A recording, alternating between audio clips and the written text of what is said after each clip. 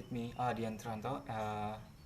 Hari ini saya akan menjelaskan tentang pengertian dari sumatif, diagnostik, and formatif. Yang pertama adalah tes formatif. Apa sih tes formatif? Tes formatif adalah tes hasil belajar untuk mengetahui keberhasilan proses belajar mengajar yang dilakukan oleh seorang guru guna memperoleh umpan balik atau feedback dari upaya pengajaran yang dilakukan oleh guru. Apa sih tujuannya? Tujuannya adalah sebagai dasar untuk memperbaiki produktivitas belajar mengajar. Contohnya, tes yang dilakukan setelah pembahasan tiap bab atau kompetensi dasar. Dan selanjutnya adalah tes sumatif. Tes sumatif adalah tes belajar untuk mengetahui keberhasilan belajar murid setelah mengikuti program pengajaran tertentu.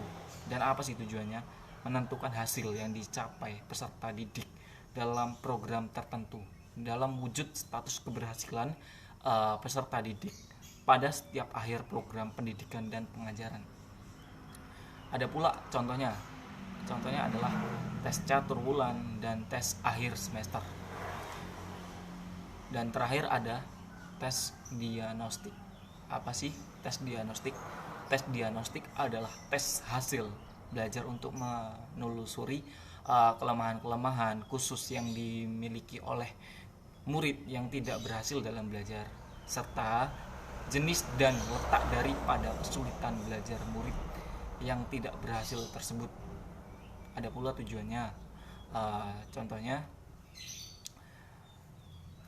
tes penempatan adalah tes yang dilaksanakan bila mana ada kebutuhan untuk menempatkan setiap murid pada program pendidikan itu sendiri atau program belajar mengajar yang sesuai dengan kemampuannya.